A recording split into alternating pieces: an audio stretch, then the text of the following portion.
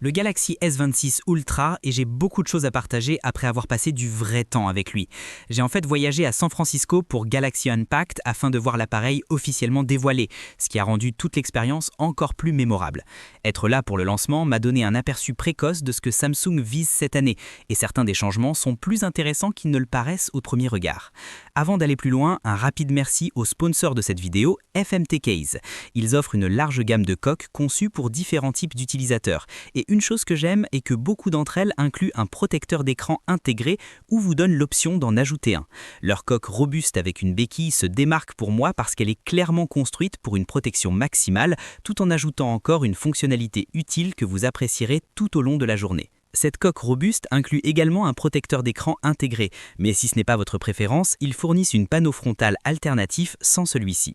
La béquille intégrée est extrêmement pratique pour regarder des vidéos ou passer des appels main libre. Et si vous aimez porter votre téléphone sur un clip de ceinture, il y a aussi un accessoire inclus pour cela. Une fois qu'il est connecté, enclencher le téléphone en place est rapide et simple. Une autre option qu'ils offrent est une coque antidérapante Solub qui se concentre sur la prise en main et la protection. Elle garde le téléphone sécurisé dans votre main tout en laissant encore un accès facile aux ports, aux boutons et aux S Pen. Elle trouve un bon équilibre entre protection et utilisation quotidienne, ce qui est exactement ce que la plupart des gens recherchent lorsqu'ils choisissent une coque pour un appareil premium comme celui-ci. Personnellement, j'ai toujours aimé les coques transparentes parce qu'elles laissent apparaître la couleur du téléphone tout en le gardant protégé.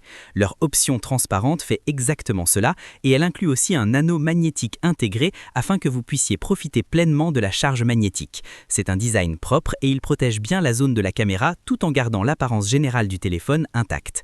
Ils offrent aussi une version mate transparente qui a l'air particulièrement bien sur le S26 Ultra. Encore une fois, vous obtenez l'anneau magnétique pour les accessoires de charge, plus une protection supplémentaire autour du module de caméra. Il y a même un endroit pour attacher une dragonne si c'est quelque chose que vous utilisez. Et si vous voulez quelque chose qui combine l'anneau magnétique avec une béquille, ils ont aussi des options pour cela, incluant une avec un protecteur d'écran intégré. Maintenant, parlons du téléphone lui-même. Comme je l'ai mentionné plus tôt, j'étais à San Francisco pour l'événement de lancement, ce qui s'est avéré être mon deuxième Galaxy Unpacked au total et mon premier spécifiquement pour un appareil de la série S. C'était une excellente expérience de pouvoir voir l'annonce en direct et passer du temps avec d'autres créateurs et amis dans la communauté technologique tout en regardant de près le dernier flagship de Samsung.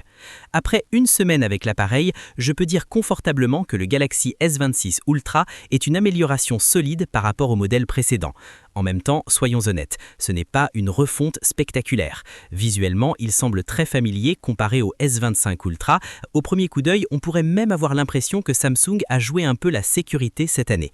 Mais l'amélioration la plus importante ne concerne pas l'apparence du tout. La plus grande nouvelle addition est quelque chose que Samsung appelle le Privacy Display. L'activer est simple, il suffit de faire glisser vers le bas le panneau des réglages rapides et d'activer l'option d'affichage de privacité. Une fois qu'elle est activée, le téléphone désactive sélectivement certains pixels sur l'écran. Lorsque vous regardez l'écran directement, tout apparaît toujours normal, bien que les couleurs puissent sembler légèrement différentes. Le véritable effet devient évident lorsque quelqu'un regarde l'écran d'un angle. Inclinez le téléphone ou regardez-le de côté et le contenu devient extrêmement difficile à voir. C'est là que la fonction de privacité brille vraiment. Certaines personnes m'ont dit qu'elles pourraient simplement utiliser un protecteur d'écran de privacité à la place, mais l'avantage clé ici est que ce système est entièrement réglable et intégré directement dans le téléphone. Dans le menu des paramètres, vous trouverez plusieurs façons de personnaliser le fonctionnement de l'affichage de privacité. Vous pouvez l'activer seulement pour certaines applications, l'activer automatiquement dans certaines situations ou même la limiter aux notifications pop-up. Ce niveau de contrôle n'est tout simplement pas possible avec un protecteur d'écran de privacité physique. Et lorsque la fonction est désactivée, vous revenez à un écran normal et de haute qualité.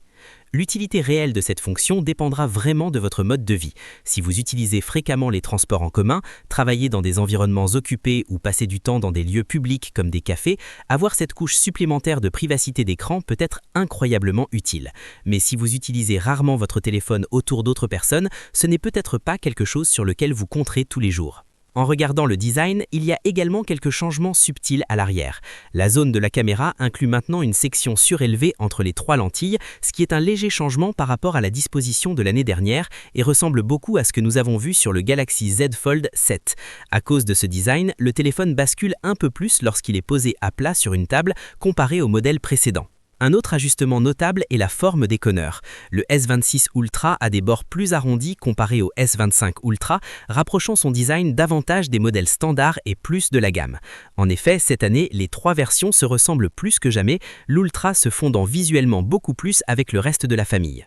Ce changement affecte également le S Pen. Le stylet est maintenant façonné pour correspondre au conneur écurvé de l'appareil. Lorsque vous le sortez, vous remarquerez qu'il n'est plus parfaitement symétrique. Fait intéressant, si vous insérez le S Pen à l'envers, il s'enclenche toujours en place, mais une partie dépasse légèrement du conneur du téléphone. Certaines personnes ont même souligné que cela pourrait rendre le S Pen plus facile à saisir lors de son retrait, ce qui est une manière intéressante de voir les choses. Un autre changement de design est le frame lui-même. Samsung a évité le titane cette année, similaire à ce que nous avons vu chez Apple, et utilise à la place un matériau appelé Armor Aluminium 2 pour le cadre. Selon Samsung, ce cadre en aluminium mis à jour est à la fois plus léger et plus durable que le matériau précédent. Personnellement, il me semble parfaitement correct. Je ne m'inquiète généralement pas d'endommager le cadre puisque je garde généralement mon téléphone dans une coque et ne le retire que lorsque je filme des vidéos comme celle-là. Donc dans l'utilisation quotidienne, le changement de matériau n'est vraiment pas un problème sérieux. Les vitesses de chargement, par contre, sont un sujet bien plus important. Le Galaxy S26 Ultra prend maintenant la charge rapide de 60 watts, ce qui est une amélioration notable.